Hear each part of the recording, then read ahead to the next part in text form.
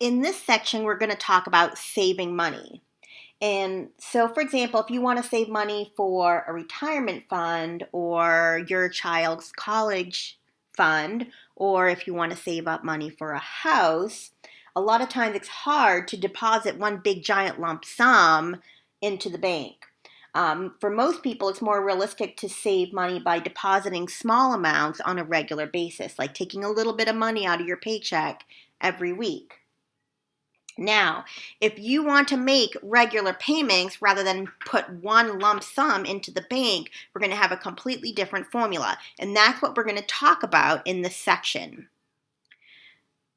So, looking at this formula here, we have the savings plan formula. If you're saving money by making regular payments into an account, this is the formula that you want to use. The A represents your accumulated value. So after you plug everything into your formula and you put it in your calculator, your accumulated balance is what's in the bank after that time frame. So it's whatever you put in there plus the interest. The PMT stands for the amount of the regular payment. So let's say you're making $50 payments every month to save up for a car or whatever it is that you're saving for. The $50 that you continuously take out of your paycheck and put into the bank would be your payment, your PMT. The APR is your annual percentage rate. But remember, when you put that into the formula, you want to make sure you put it in as a decimal. Little n is the number of payment periods per year. I want to emphasize this because in a minute we're going to talk about the difference between the little n and the big N. This is the number of periods per year. So if I say that you're making semi-annual payments, that means there's 2 periods a year. Semi-annually means 2. And then Y is the number of years that you're depositing the money. Now, going back to big N, later on, we're going to talk about big N. When we use the program on your calculator, big N is the total number of periods over the entire time frame that you're saving. So, for example, I'll put an example up here. Let's say you're making monthly payments and you're doing this for, let's say, 3 years. You're making monthly payments for 3 years to save money. Then little n would be 12 because there's 12 periods in 1 year. But big N would be 36 because you're looking at, for the whole entire 3 years, how many periods do you have? So we would take 12 periods per year times 3. Okay, so in this first example, it says use the savings plan formula to calculate the balance after 6 months of an APR of 12% and monthly payments of $100. So we're going to go through and identify all these values. A is what we're looking for. We want to figure out what that accumulated balance is at the end of the 6 months. PMT is the amount of the payment, and you're making payments of $100. So PMT is $100. APR is the annual percentage rate, which is 12%, but remember you have to put that in decimal form, which is 0.12. Little n is the number of periods per year. And since this says you're making monthly payments, little n will be 12 because there's 12 payments in a year. And then the last thing, Y, is the number of years. Now, here's a tricky part. When you put in the number of years, you want to make sure that you're not putting in 6 because this is given to us in 6 months.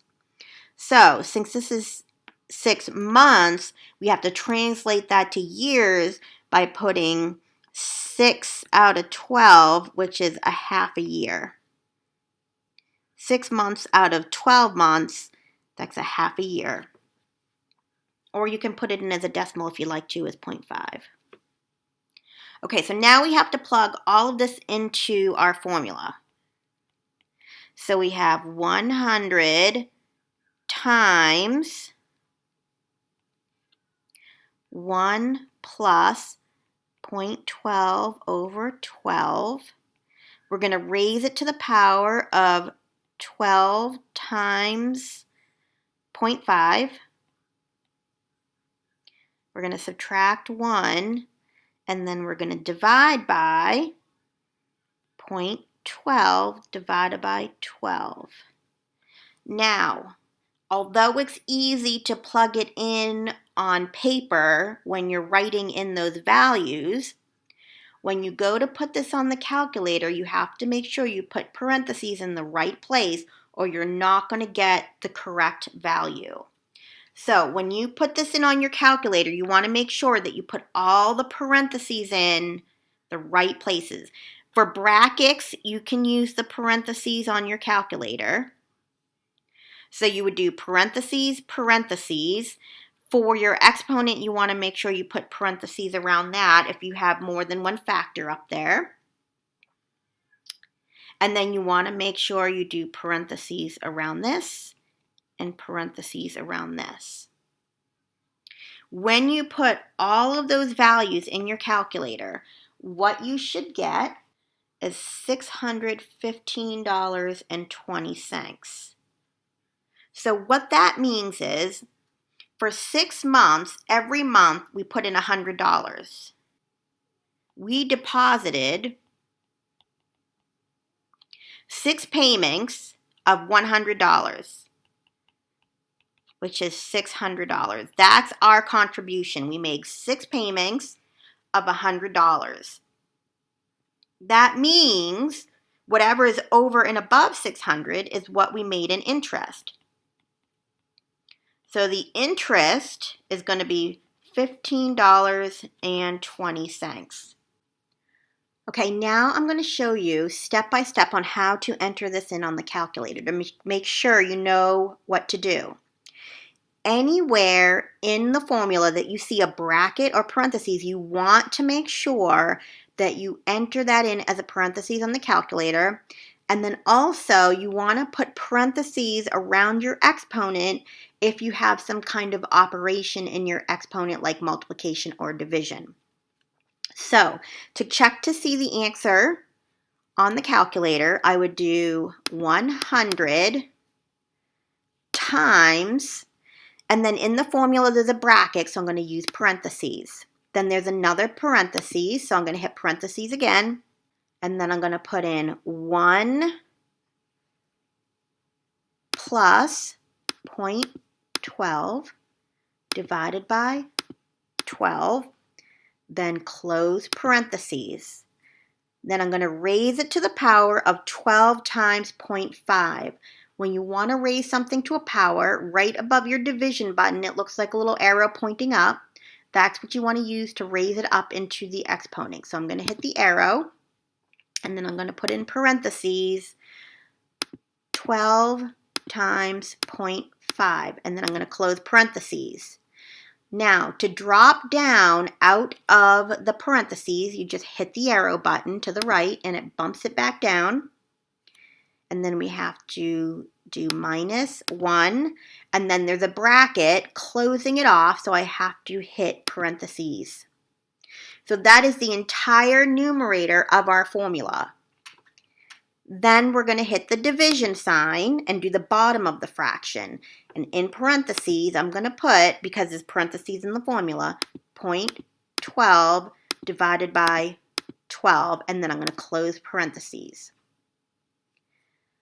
Once I've got it all entered in, double check to make sure you have all of your parentheses in the right places, and then you can hit enter, and it will tell you the value for that expression.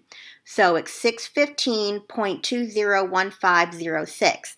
Now, we rounded it. When I put down the answer, I put down 0.20 because we're using dollars and cents here, so we should round to the nearest cent, which is 2 decimal places. Now, there is a second way to work through a savings plan accumulated balance. You can use the formula, which we just did. The other option is to use a program that you have on your calculator, input the values, and it will calculate it for you. So you can choose whichever method you want. Some people like using the formula, and some people like using the program on the calculator. I'm okay with you using either one. However, I want you to show me what you're plugging in on the calculator if you use the calculator program. To start this program, you're going to hit the Apps button, which is a little bit down and to the left of your arrow buttons. Going to hit Apps. And then the very first option says Finance. You're going to hit Enter on option number 1. Then, when you get to the Finance menu, you have another option one that says TVM Solver. That stands for Time Value Money Solver. You are going to hit Enter on that as well. And this is where you're going to put in all the information. And this is where I wanted to make a big deal about the difference between little n and big N. The little n is the number of periods per year. The big N is the total number of periods over the whole entire time frame of the loan or the time that you're saving. In this example, we're doing it for 6 months monthly. So that means we have 6 periods. Monthly for 6 months. So that's 6 periods. The I in this is your APR. Now, the nice thing about using the program is when you're putting in your values for I, notice it's in percent form, so you do not have to change it to a decimal. I can put in just 12 for 12%. Present value, that's your PV. That's if you have anything that you're starting with in the bank, like a lump sum of money that's already sitting in there. Okay, and we don't have that. We're starting from scratch, so we're going to leave that at 0.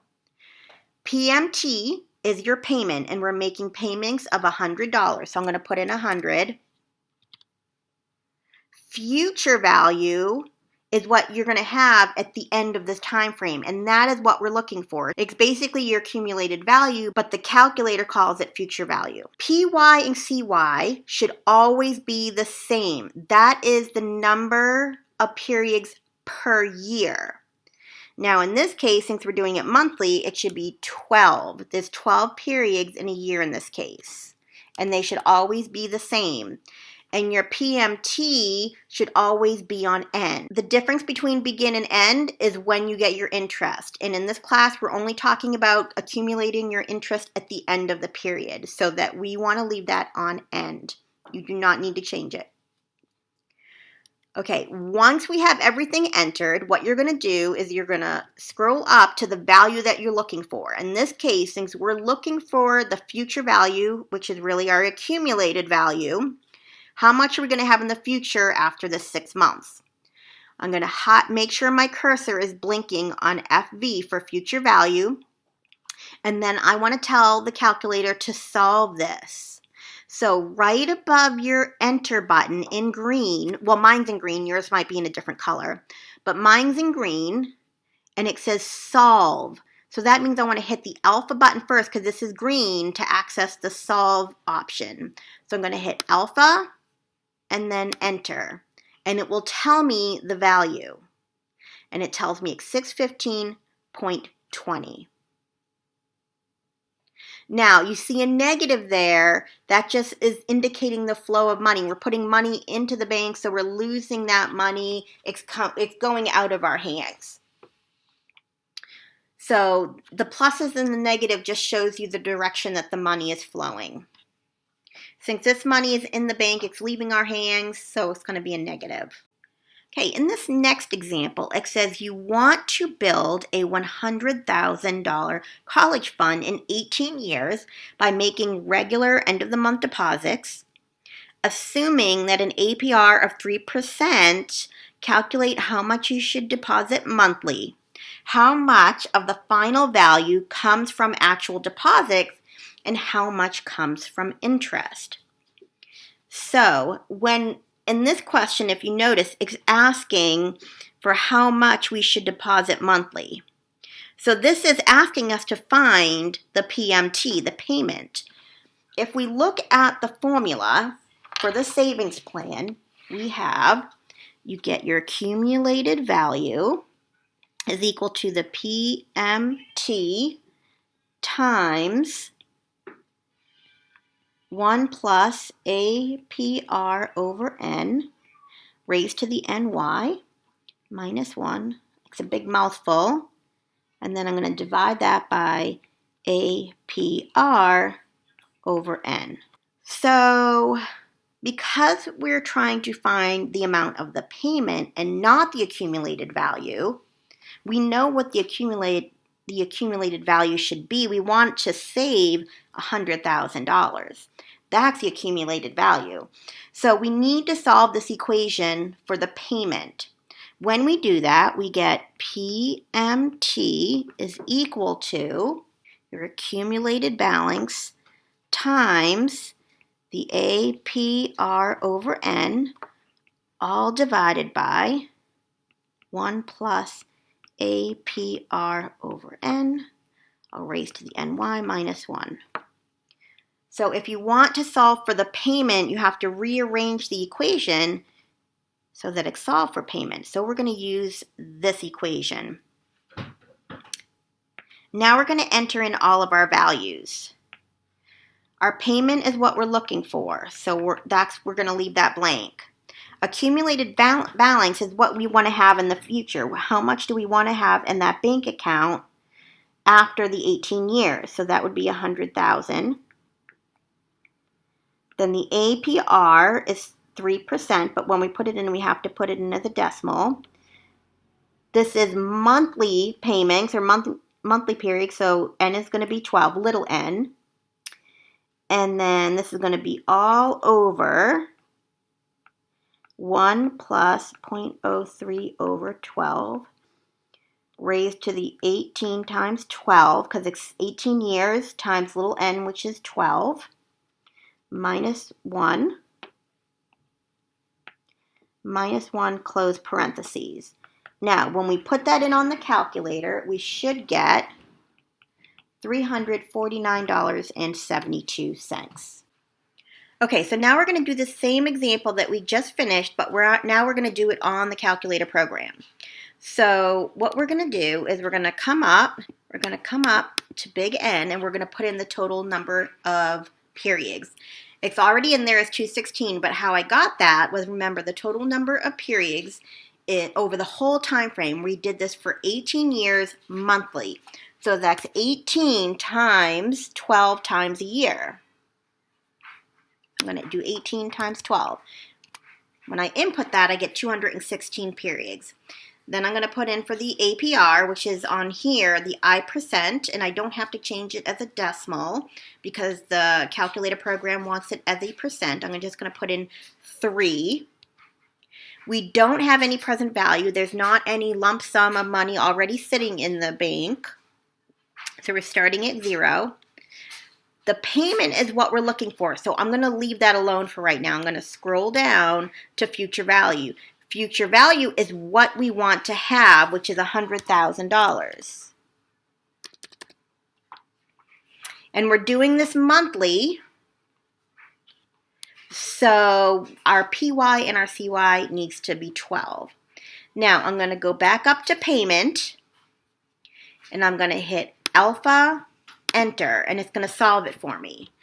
And so the payments that I'm going to be making is $349.72 if we round it to the nearest cent or 2 places. And that negative is there because that's money that's leaving us. We're making the payment and putting it into the bank, so it's no longer in our hands. That's why the negative is there. The direction of the flow of money. It's going out of our hands into the bank.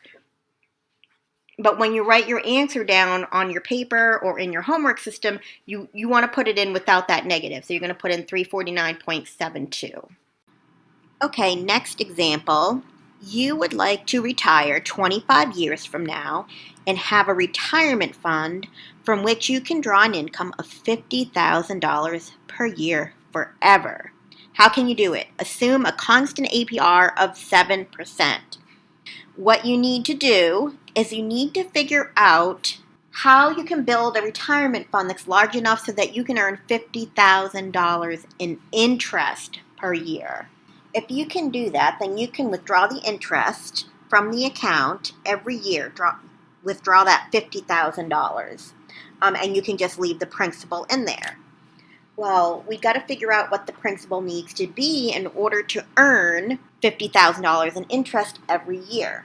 So we're going to use the interest is equal to principal times rate times time formula. We want the interest that's earned to be $50,000 for 1 year. So we're going to put $50,000 in for the interest. That's what we want to earn every year. The principal is what we're looking for. The rate is 0.07 and the time is 1 year. So we have 50,000 is equal to P times 0.07 times 1. So we have 50,000 is equal to 0.07 P when we multiply that all together. And then we can divide both sides by 0.07 to figure out what the principal needs to be. When we divide 50,000 by 0.07, we get $714,286. So that is what our principal needs to be. Now, just for simple numbers, let's round it up and approximate it to be $715,000. That is the principal we need in order to have interest every year that's earned of $50,000. So the question is, how do you set up a retirement fund to do that? Well, most retirement funds are monthly, where you put money in the bank monthly. So we're going to assume our accumulated balance is going to be $715,000. Our APR is going to be 7. And we're going to do monthly. So little n is going to be 12. And then this is the number of years would be 25 because we want this money saved up in there for 25 years. So by the time we get to 25 years, we want to have $715,000 saved up. And we're trying to find what the payment is. So we're going to use the payment formula that we did in the last example where we solved the savings plan formula for the payment, and we got the accumulated balance times the APR over N all over 1 plus the APR over N raised to the power of N times Y minus 1, and then close off those brackets. So we're going to put all that information in there. So I'm going to plug in 715,000 for the accumulated value.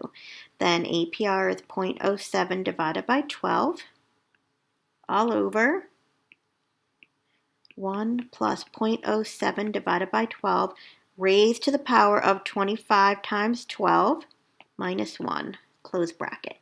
After we put this in our calculator, and we're very careful about making sure we put parentheses in the right places, we're going to get that we have to make monthly payments of $882.64.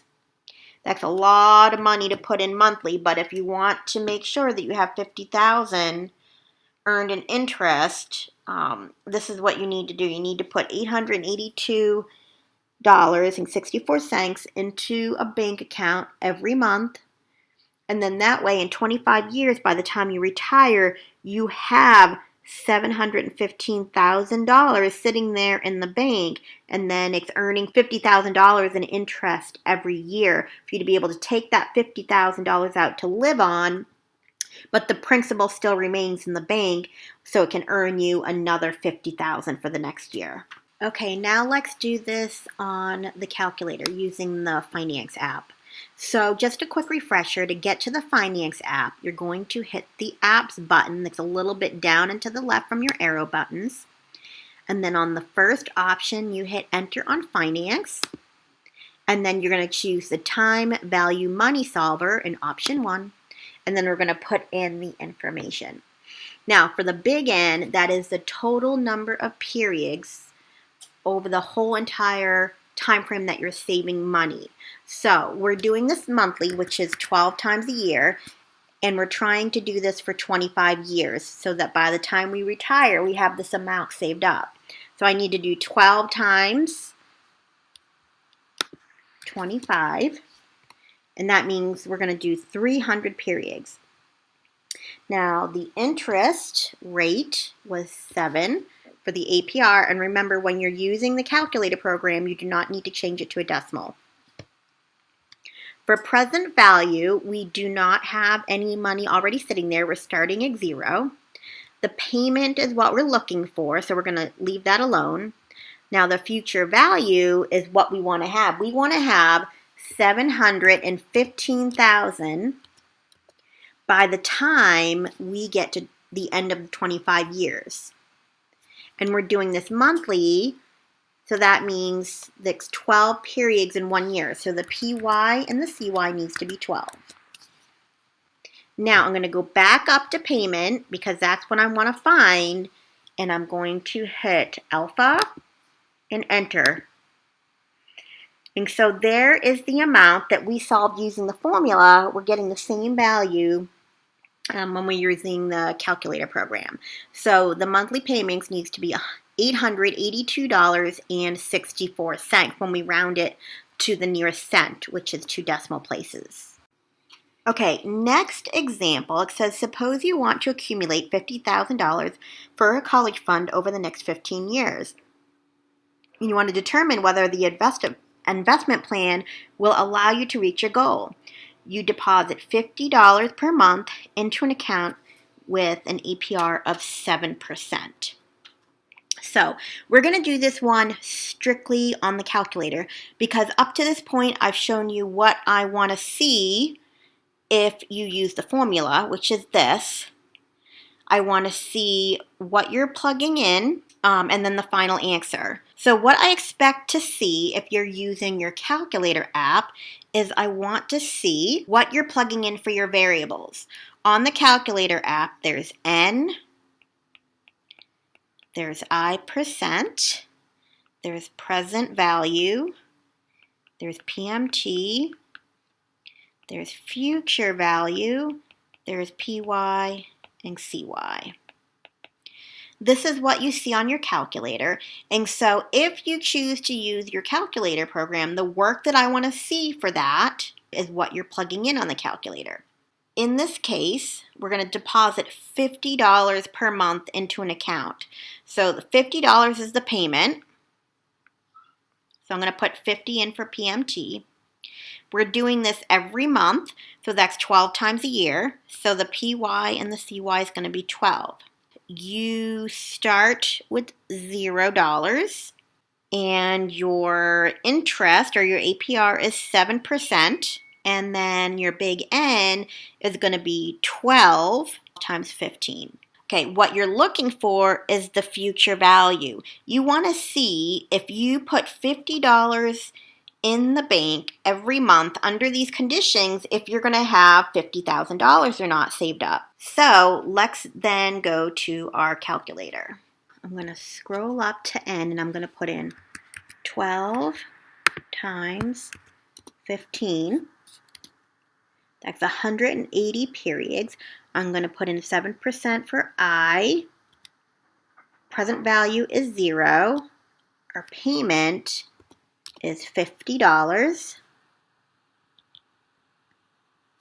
And our future value is what we're looking for, so I'm going to leave that alone. And then we're doing this monthly, so PY and CY is 12. Now I'm going to put my cursor on future value, and I'm going to hit alpha and enter to solve. And so what this tells me is, if I look at my future value, it tells me under these conditions, if I put $50,000 in every month in the bank with 7% interest for the 15 years, I'm going to have, by the end of those 15 years, I'm going to have $15,848.11. We are trying to save up $50,000 for a college fund. So what that tells us is the answer to the question is no, this is not going to help us reach our goal. So what we'll have to do is either try to find a higher interest rate or put more money into the payments. But under these conditions, we will definitely not save up that $50,000. So far, in all the examples we've talked about, we've made the assumption that these interest rates are constant. Every month or every quarter or every year, they're going to remain the same. Now that in reality, those interest rates can change over time if you don't get a fixed rate. So if you consider a case where maybe over a period of time the interest rate changes, but you want to see overall what the interest rate was, so like an average or a percent change. So that brings us to the total and the annual return.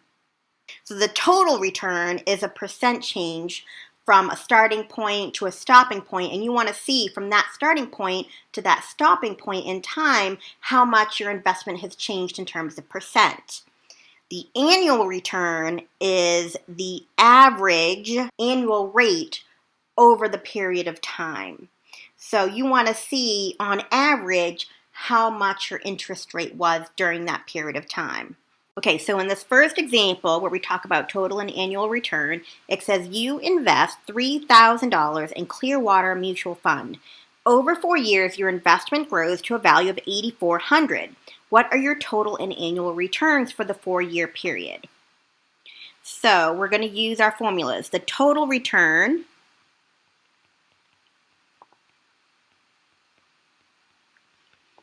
looking up here in this box, here's your formula. The total return is the accumulated balance, which is your A, minus the principal, divided by the principal, times by 100 so that you change it back into percent form.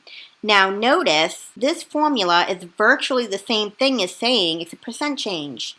It's the new minus the old, divided by the old, times 100 to change it to percent.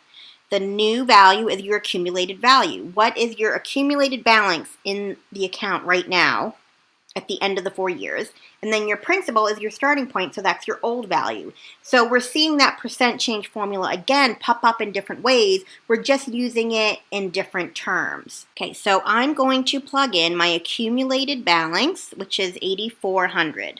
That's the new value. I'm going to subtract the principal, which is my old value. And then I'm going to divide by 3,000. And I'm going to multiply by 100 to change it in terms of percent. Now when I do that, I get 180%.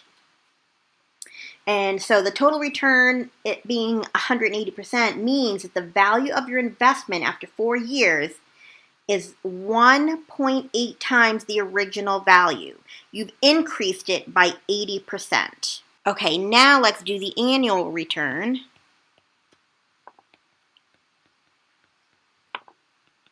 The annual return is your average over the 4 years. What was your average interest rate over those 4 years? So you take your accumulated balance. So I'm looking at this formula now for annual return. Your accumulated balance of $8,400 divided by your principal. And you're going to raise it to 1/4. 1/4, because Y stands for years, and this is over a 4-year period.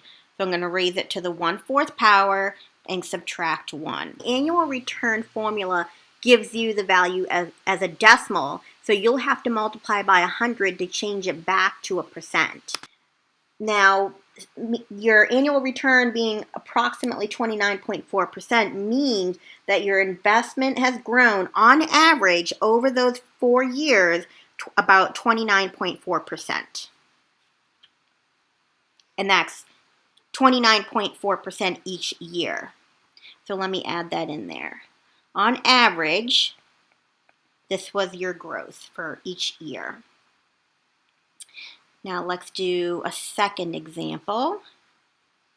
You purchased shares in newweb.com for $2,000. 3 years later, you sold them for $1,100. What was your total return and your annual return on this investment? So total return, using the formula, was percent change, right? New minus old over old times 100. But in these terms here, where we're talking about principal and accumulated balance, in these terms here, where we're talking about principal and accumulated balance, the accumulated balance is the new value, and your principal was your starting value or your old value. So we're going to take A minus P over P times 100. Your accumulated balance is going to be 1,100. You're going to subtract your principal, which is 2,000. You're going to divide by 2,000, multiply by 100. And what you're going to get is negative 45%. So your total return being negative 45% means that your investment lost 45% of its original value. And we kind of anticipated that this was going to be a negative value or loss because you started at 2,000 but went down to 1,100. So our answer makes sense with the problem. Okay, so now let's do annual return. So this will tell us the average rate per year that we've gone down. We're going to take the accumulated balance over the principal, raise it to the power of 1 over the number of years, and then we're going to subtract 1. So that gives us 1,100 over 2,000. We're going to raise that to the 1/3 because this was over a 3-year period. See, in the problem it says 3 years. And then we're going to subtract 1. And when we do that, we're going to get negative 0.18. And if we change that to percent, that's going to be negative 18%. So what this means is, on average, each of those 3 years, our investment went down by 18%.